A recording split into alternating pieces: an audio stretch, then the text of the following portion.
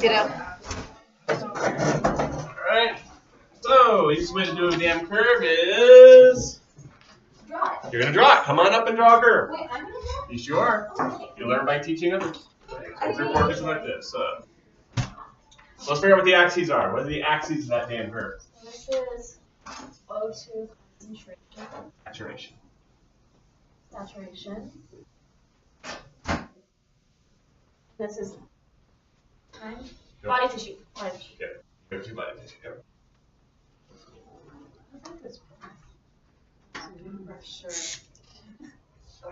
Yep. So now let's draw the curve, right?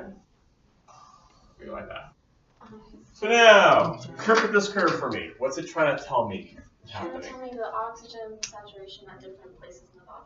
Saturation of what? What's being saturated? Tissue.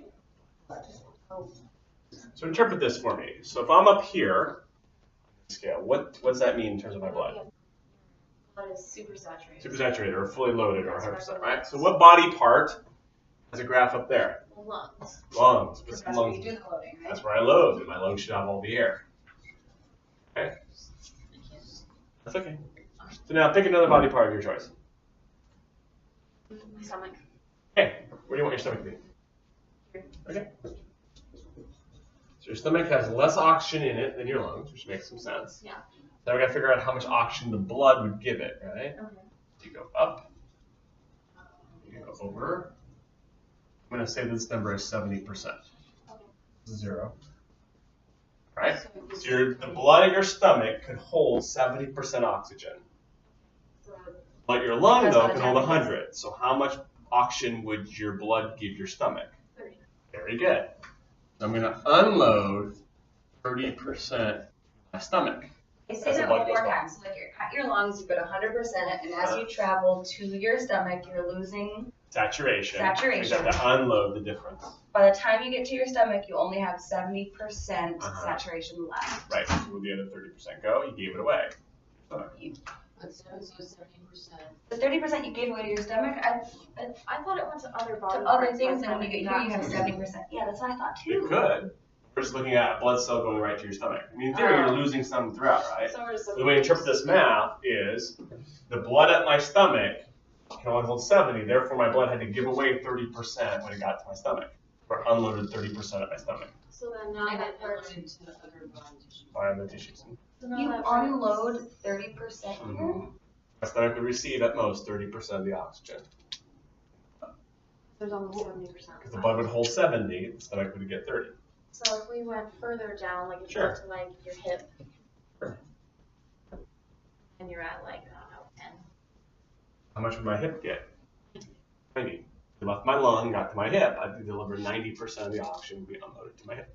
And what if we left from the stomach to the hip? Would it be And you'd have, 60? yeah, It doesn't make sense to me that the further away you get from your lung, the more oxygen gets delivered. not necessarily further away, because I can put something else here. Put your brain here.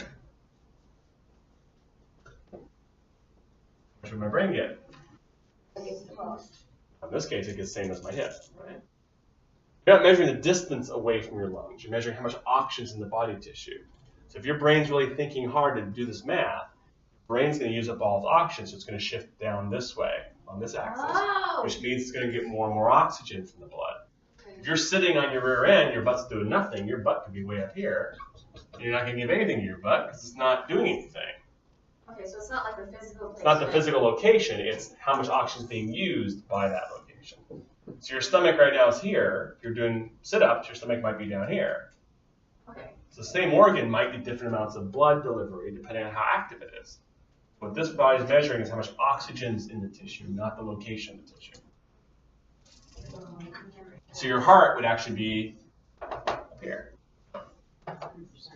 Right. Your heart would be, depending on how fast your heartbeat is, your heart could be up here or down here, depending on how much it's using.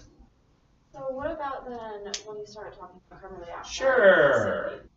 By increased acidity, graph does this. More acid. Looking at that graph, I was going to your stomach on that graph to unload more or less.